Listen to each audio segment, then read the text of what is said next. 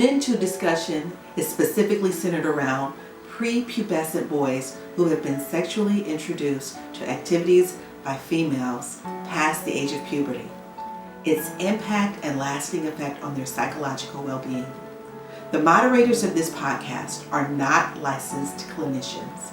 Should any topics discussed today trigger an emotional response, please seek professional guidance with a licensed practitioner.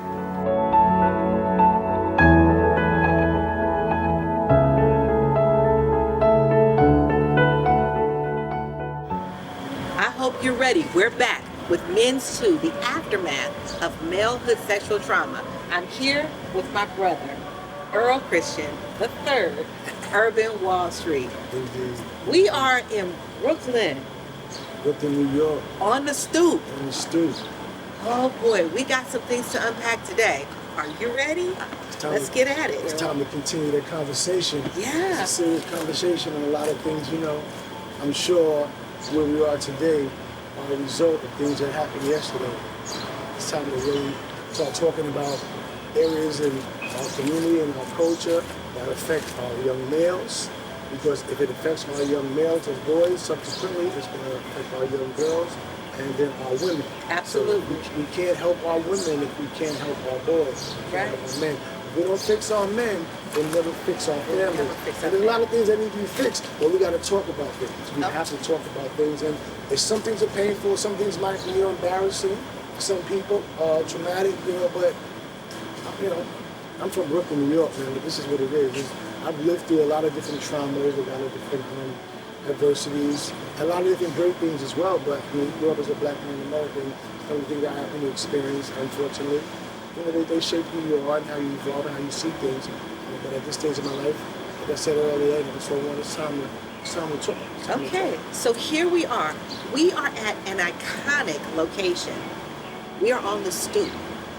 Now there's stoops all across the world, but stoops in Brooklyn hold a special place because as Earl is getting ready to open up, this is where his healing journey began. Let's go, Earl. Right, the stoop. So it's ironic to see the picture that's in the promo. So we created the promo picture, and you see myself. That if you don't know that the boy in the picture, that's me on the left, and then it's my godbrother on the right of myself. And he was the individual that was there for me. I'm sure the girls have your best friend. That was my best friend. Right, because he looks just a little older than you. Yeah, 1 year. 1 year older okay. than me. So he was there. So everything I went through, you're not telling your parent. You're telling your peers. Telling your friend. And so that's kind of who I spoke to. That's who I talked to. And then he lived 2 doors down. We lived in a brownstone similar to this. So we both on Brooklyn, Chauncey Street, like I said before. And I think I lived in 710. He lived in 706. You keep addresses. Hey man, listen. Name the space. Name the space. Gotcha. If you go there now, the whole block looks different, but that's what it was, man. This is life. This is the life I've lived. So anything I've experienced, that means God wants me to be able to tell it. He still give you a voice to speak. Beautiful. And whoever and all parties involved, listen. Don't play the game if you don't play the shame. All right. So now, you're telling your godbrother about what's going on with you at your grandmother's house where your aunt is caring for you. Right. Take me back in your history to, did you look forward to it or were you looking forward to it? That's kind of like an ill question. But really something to think about. Did I look forward to it? Or was I looking forward to it? I'm going to say this, T. The boy part, being a boy. I'm growing up in the 70s. Yeah. In Brooklyn. Yeah. And so there's a macho, machismo. It's like boys are boys, men are men, maybe girls, whatever the case may be. So even at a young age, I still kind of just was understanding, right? And just in the air. So while part of your ego, you care about, it's sex. Yeah. Because that's a grown person thing. Right. And as kids, we want to do what grown-ups do. Right. One of the biggest things that grown-ups do that kids want to do when they grow up, have sex outside. If you know about it. If you know about it. Yeah. right? And so, unfortunately, I knew about it early, so that's something, you know, that I thought about. So I used to look forward, like, it was weird, like, I'm looking forward to it, but still not looking forward to it. Okay. Like, I'm looking forward to the experience, but Right. just, I wish it was not with the experiencer. Ah. So am I hearing you say, and correct me if I'm wrong, All right. you were looking forward to the euphoria of the experience. You were looking forward to the pleasure, Right. the endorphins that are released as a result of having those experiences, Right. but not necessarily looking forward to whom the attention was coming from. Right, right. Because we've already discussed it was a family member, Right. a blood family member. Right. Okay. And understand, this is a family member that I don't think, you know, genuinely liked me. You know what I'm saying? So Okay. it wasn't like, you know, this is a family member, and I knew it. It wasn't like we. No, Okay, wait. We have, Whoa, pause. What you mean she didn't like you? She was right, but I'm saying, like, you have relatives. You might have a cousin. You might have a you're your family. Yeah. You might not like every time y'all get together, y'all just argue. Y'all play cards. Y'all conflict with them. I was much younger than her, so it wasn't like a pure conflict we should have had. Right. But for whatever reason, the cosmos, the energies, even if she's a teenager, she just didn't. I wasn't her favorite. I wasn't one of her preferred nieces or nephews. But it was crazy to me because the one that was her preferred or one of her favorite, it did happen to him, but not as much as I think happened to me. And I even he confided that it didn't happen, but now unfortunately it happened to him, other people, you know, family members. But it was a lot of predation, and it still is a lot of predation on young boys, and it's real. But the reality is society doesn't encourage boys to tell. no, it doesn't.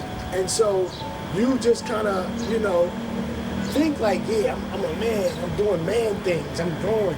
But while you are, and you think it's cool, and you think you can understand that, as you got older, like over the years, relationship, having a girlfriend, do you select your girlfriends? Or do they select you? Are you aggressive with your girlfriends? I mean, do you have aggressive nature? Do you sit back and wait for them to come to you? You go to them. Are you shy? Are you an introvert? Right. You know, do you know how to make the first move? Right. Okay, so here we go.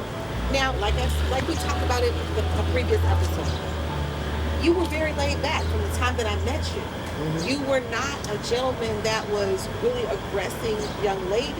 Like, I can remember being in college and guys being like, yo shorty, yo shorty, yo shorty. I didn't get that from you. Right. Well, two things. One, when you met me my sophomore year.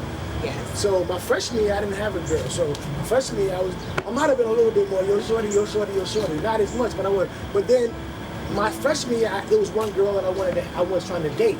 And so Pause. I need you to tell me more about that girl that you wanted to date after we come back.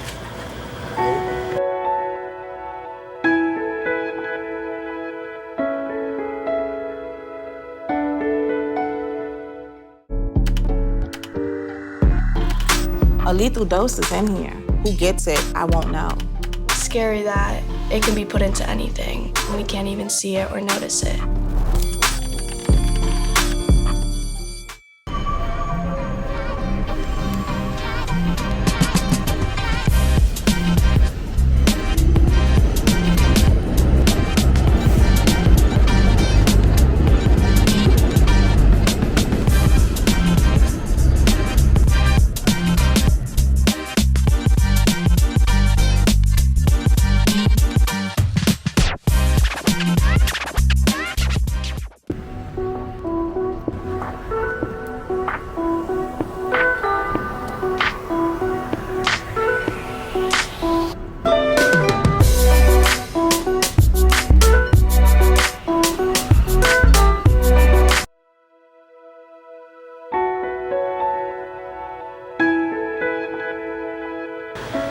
We're back with MENTOO, Tammy Gam, and Urban Wall Street, the legend, Earl Christian III. So, we left off the last segment with a little teaser. Back in college, girl was not really aggressive with the women. I never saw it. But there was this one shorty, and I need them to talk about her. The floor is yours. Right, so like I said, I wasn't really aggressive like that. First of all, my mom's, raised me with a certain degree of moral fiber and character. And I remember at 14, the one thing I can always remember that my pops told me, I don't remember a whole lot of things I remember, but the one thing he did tell me was, don't play with a woman's emotions. Okay. I learned that at 14, so that's the one thing that I've held on to.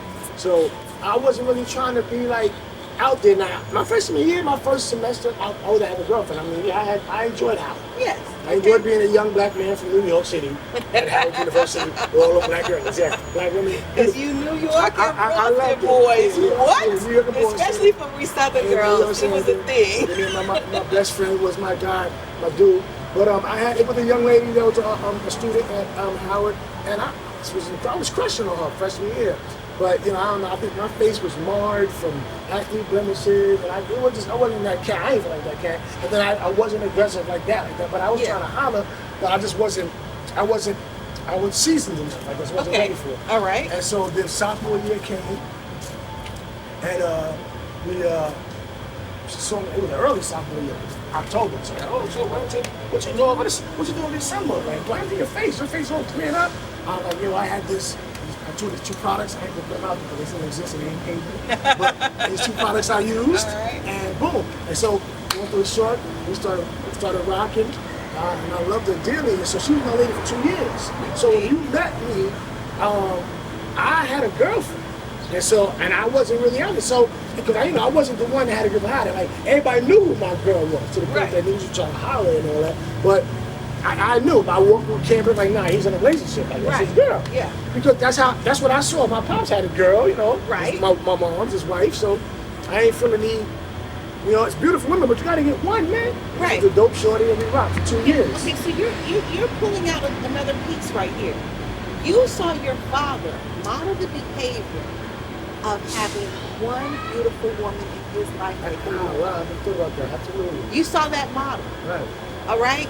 And then you extended that value into your collegiate years by dating one girl for 2 years of your college experience.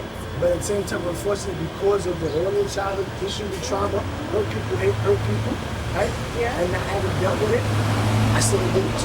And then lust had to be dealt with. So when I had a girlfriend at Howard, I wasn't out there like that, but I was very covert. Right. I was covert. I'm Mission Impossible. I did a lot of things, but you would never see me like, I got one shorty. And I'm not saying I was an infidel because but I'm young and remember, I'm trying to do a lot of different things on my own and never had to communicate it to my parents or anything about what I've experienced and kind of what I've dealt with. So, but I love this girl. But I wasn't out there like that, but it wasn't perfect. So your first time having a person in an intimate style relationship, because that's what I'm hearing from you with. It was an intimate style relationship for someone that you cared about for the first time. Exactly. The first one was a high school student. I loved her dearly. She went wrong. Okay. My mom didn't even like the girl anymore. My mom loves everybody, but I was devastated behind that. It took me about a year and a half to get over. Coming to Howard helped me get over that situation. I took a year off after high school, you know what I'm saying? Yeah. She went to an HBCU, and that really crushed me. I saw her as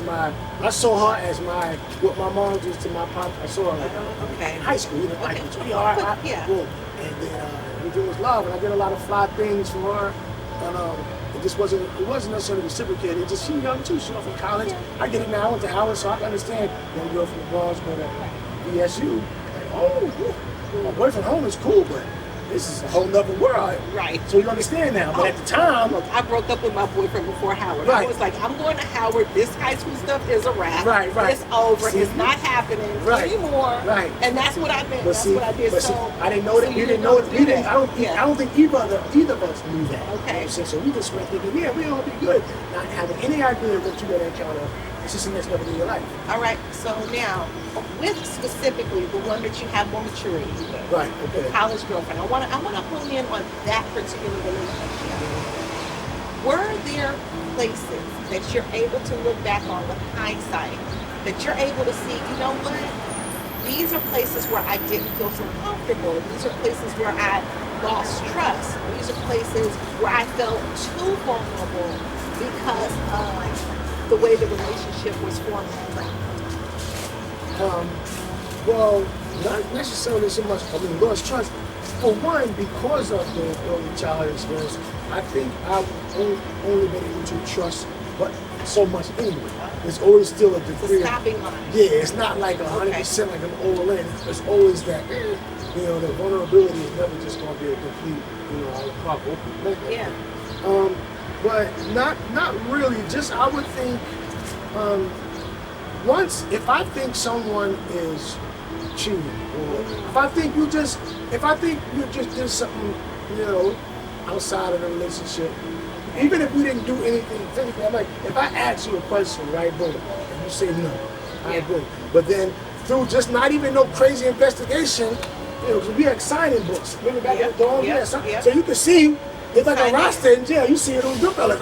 That's how old boy Henry Hill's wife knew old girl Janet Rossi came to see it. Yeah. She saw her name on the visiting log. Right. So boom, I see somebody, he came in. I was, Wow. Oh, okay. No, I got it.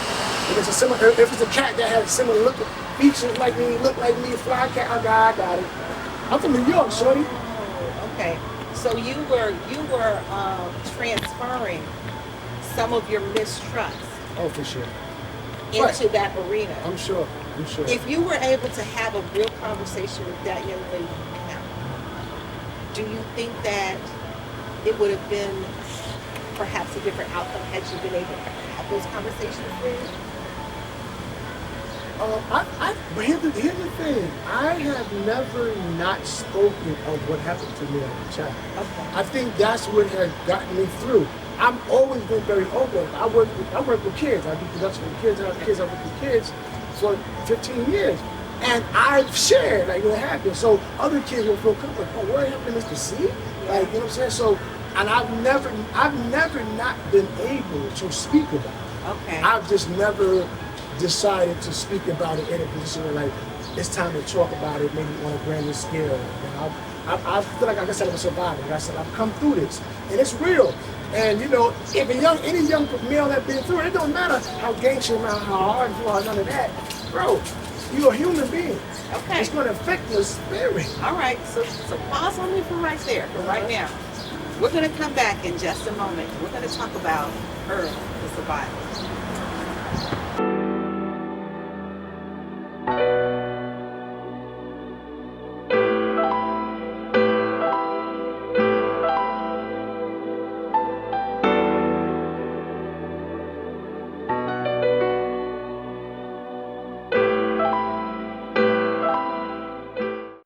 So everybody asks me, how did you fall in love with tools? The simple answer is this: I've written a book about it. Check out Amazon with my book, Love Letters to My Toolbox.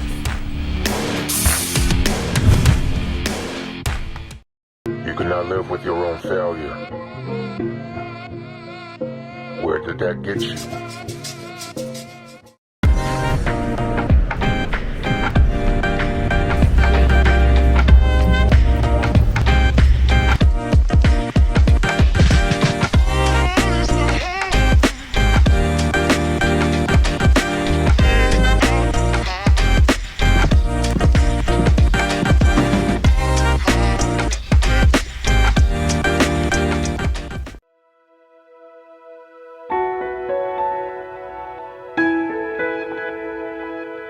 We're back on the stoop. Here I am, Tammy Gam, with Urban Wall Street, Earl Christian III. We are here talking about an extremely impactful and heartfelt subject.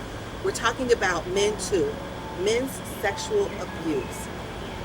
So now, we left the last segment with a little bit of a cliffhanger, but I'm going to bring it back. Earl, you were talking about your heterosexual relationship. And moreover, you were talking about the impact that this has had on your heterosexual relationships. I have a question. Has any young woman that you've been in a heterosexual relationship with, because you said that you've opened this up and we've talked about it, Right. has anyone tried to get you to go to therapy or seek professional counseling as a result of this life story that you have. Absolutely. I think every girlfriend I've had, and I'm going to say from 2009. Okay. I've had like 3. Yeah. And well, with two in particular was like he was the and tried to even get me to go to a therapist that they had gone to. Did you go? No, Why not? I didn't go to it. Hold on. People go to therapy for healing. Right. Why didn't you do it? Well, you know what? And this, I don't know how this is going to sound, but this is how, you know. It's your story. It's your truth. I grew up in a different space of thinking, right? I was like, first of all, my violator was a woman. Okay. So I didn't trust women like that. I didn't feel Fair comfortable. enough. So going to see a female therapist, that ain't working. You one of the people that got me in the feeling in the situation I'm in right now. Right. And you know what's even kind of a little bit aloof and funny is, and ironic, so to speak, you were laying down for a woman. We discussed that in our first episode. In that, I can only empathize with what may have been a precursor to a feeling of potentially having to lay on a couch for a woman to have this discussion. Right, yeah. Like, that wasn't really an option. And then, unfortunately, man, I'm gonna keep it 100. Niggas is haters. So I ain't had like a lot of uncles or men that was there for me. My pops wasn't my pops. It was different, but we in my later years, me and my pops' relationship was much different than it was in my earlier. Okay, yeah. Right? We evolved with our It parents. was 180. Yeah. And so I didn't feel I had a ally in that particular regard, from the male perspective, or that I didn't have one that would believe that I was honest. Like, growing up in the 70s, you don't remember. It's like whenever adults spoke, they was always telling the truth. Yeah. And the kids was lying. So if you going up against an adult in the 70s and with such an egregious accusation, you're going to be getting a whipping at the end of the night, but they're going to say you're lying. You're lying. And, Right. and then you're going to get a super bad whipping, because I got beatings as a kid. I mean, I love my mom, but I got some spanking.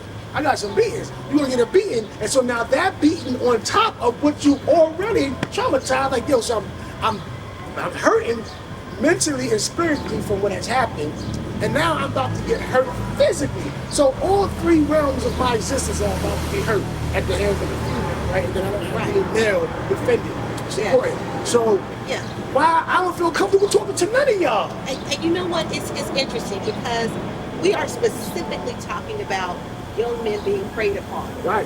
But the sad truth about it is when children are preyed upon, they often will go to an adult figure, state their truth, and be disbelieved. Absolutely. That is the most egregious crime that I can think of. Yeah. Because why would an innocent child come up and concoct a story about a sexual experience unless it had been true? You cannot give details on sexual experiences unless you know what it is to be inside of it, or you've seen some pedophilia or pornography in the media. Now I'm not going to say that there are not children who might not have made up stories or said somebody trusted somebody that didn't. But that could have been from coaching, it could have been from anything else. But to your point, I will agree. The innocence of a child. I don't think the innocence of a child and the lack of knowledge of a child would lead them to create such a story of untruth. Right. You know what I'm saying? I am not an astronaut. Okay? Right. I am not an astronaut. My career is to be a carpenter. Mm-hmm. As a carpenter, I could not run through the protocols of being an astronaut. Just like a child cannot run through the protocols of a sexual deviant behavior from an adult or anyone else. So we need our parents, we need our counselors to believe children, because there are certain things that if you have been in sexual relationships, you know to be true. This place is a place for healing. We need for you as adults to be the ones to protect the children, because if it's not for Urban Wall Street opening up his story and letting you know that these are some of the cues that you should follow, you may miss the mark. Right. and lose the life of another young person. Right, and it's going to impact your relationship. It will. You know, just imagine if a young lady, right, was sexually abused from age 8 to age 13, 14. We can see Law and Order episodes all the day, and we know that's going to impact her relationship with men. Right. It's going to have an impact. Either she might be very promiscuous or very untrusting, but it probably won't be as normal as a girl who never experienced that. Okay. Does that make sense? In 2 sentences, wrap up for me why you haven't been married, and is it a result of this sexual trauma? 2 sentences. I would say 2 things. I've never been married because marriage, unfortunately, God, my mother, father, together and children from this island. Marriage was never something that was encouraged to me by any man. My uncle and my papa. It was actually discouraged. Don't get married. So imagine I'm a kid. I've already been going through these violations as a woman, and then I'm trying to come to the man, and the men are like, nah, don't get married, man. Women this, women that. So I'm like, oh, nah. And then I would see situations that was with marriages that were not healthy, and not just from my parents, but just seeing it in the hood. I'm like, man, I don't really want that. I already got enough nonsense. I'm already dealing with it. Nobody knows. Okay. I don't need that. Stop right there. We'll open up. Why not get married after child sexual trauma on our next episode of Urban Wall Street and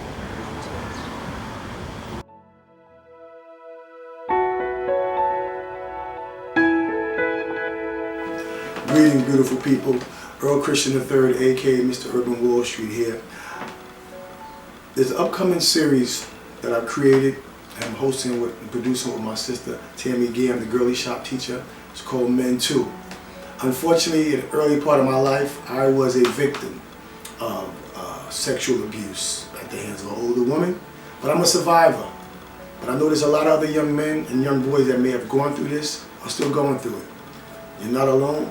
This is a safe space. It's not about being soft. This is about being hard enough to recognize and address maybe your assailant, maybe an issue, underlining, maybe understand why you might behave the way you do or why you think the way you do.